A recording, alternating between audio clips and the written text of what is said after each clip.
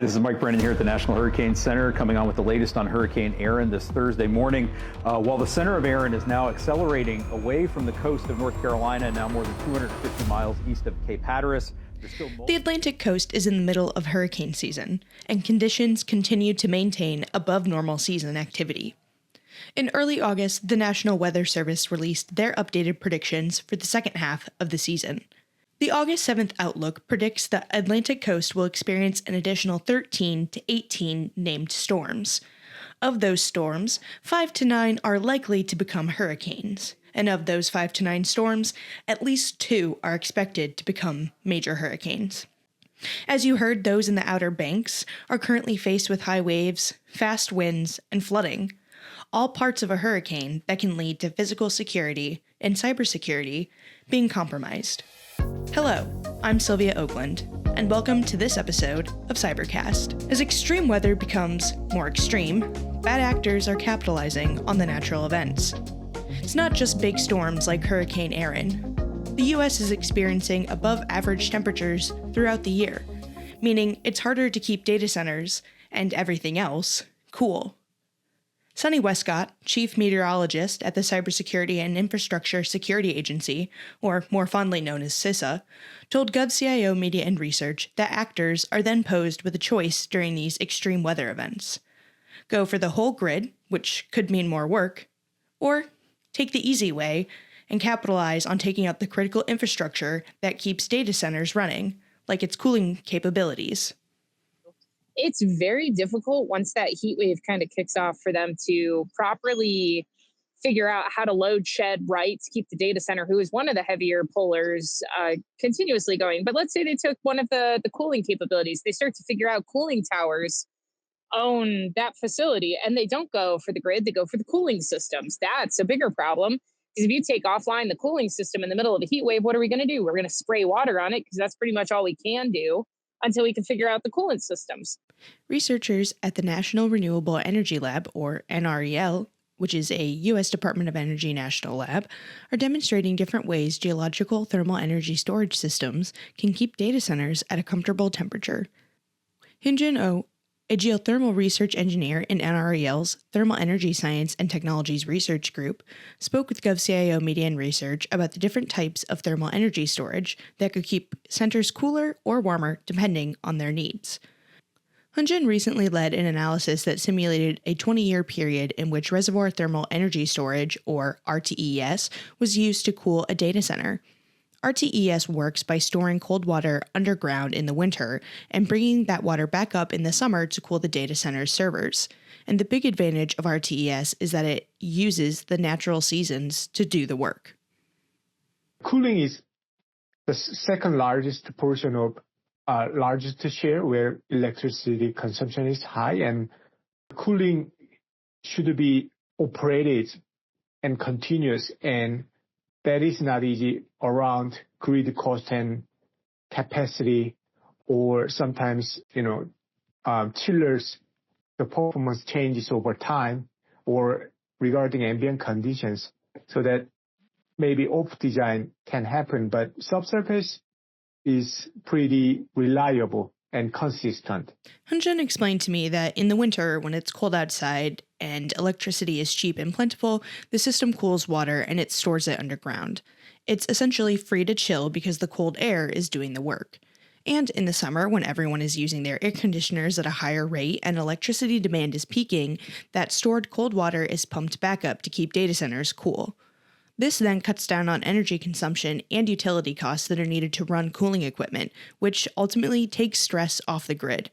And because underground temperatures stay steady year-round, this system can keep repeating itself indefinitely. Main concept is we are storing cold energy during winter because the storing cold energy is very cheap, using dry coolers or free cooling technology without refrigeration cycle.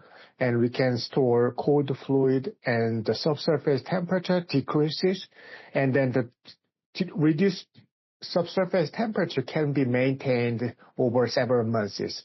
And then we are circulating warm water during summer, and then the cold water is produced, and then the cold water can be used for cooling purpose. And in addition to the seasonal operation, we also can consider 24/7 heating or cooling load like data center, because those data center sectors consume significant amount of electricity from cooling system.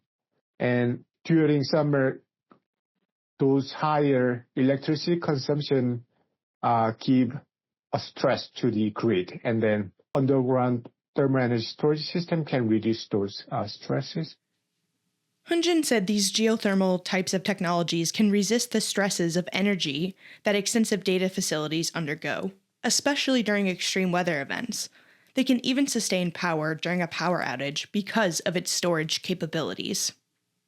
We can still supply cold energy to the data center with backup generator like diesel or even battery systems, because the UTES requires electricity only for pumping, not for refrigeration, chiller, cooling tower, or dry cooler. So just a relatively small amount of electricity is needed to operate the circulating pump, water pump, so that the cold water can still supply the cooling load or even a heating load in Alaska. So those technologies have capabilities to survive longer time period during power outage.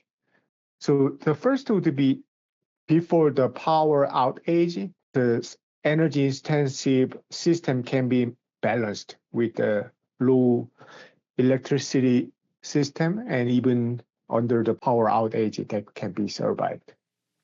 According to a December 2024 report from the Department of Energy and Lawrence Berkeley National Lab, data center growth has tripled over the past decade and is projected to double or triple again by 2028. And President Donald Trump's recent executive order, 14318, or Accelerating Federal Permitting of Data Center Infrastructure, outlines the rapid building of AI infrastructure, which includes data centers, and looks to the myriad technologies like geothermal to fast-track operations. America needs new data centers, new semiconductor and chip manufacturing facilities, new power plants and transmission lines. And under my leadership, we're going to get that job done, and it's going to be done with certainty and with environmental protection and all of the things that we have to do to get it done properly. America must once again be a country where innovators are rewarded with a green light, not strangled with red tape. Sunny reminded GovCIO Media and Research that there is no one-size-fits-all for data centers. They can't all be the same, and environmental factors need to be taken into account before they become an extreme weather hazard. Each one needs to be significantly different than the last one to create that resiliency, to build into the area that it's being developed in, because the desert, you should be utilizing sand a ton more to stay cool as a facility because sand is naturally available. Thank you for listening to this episode of CyberCast.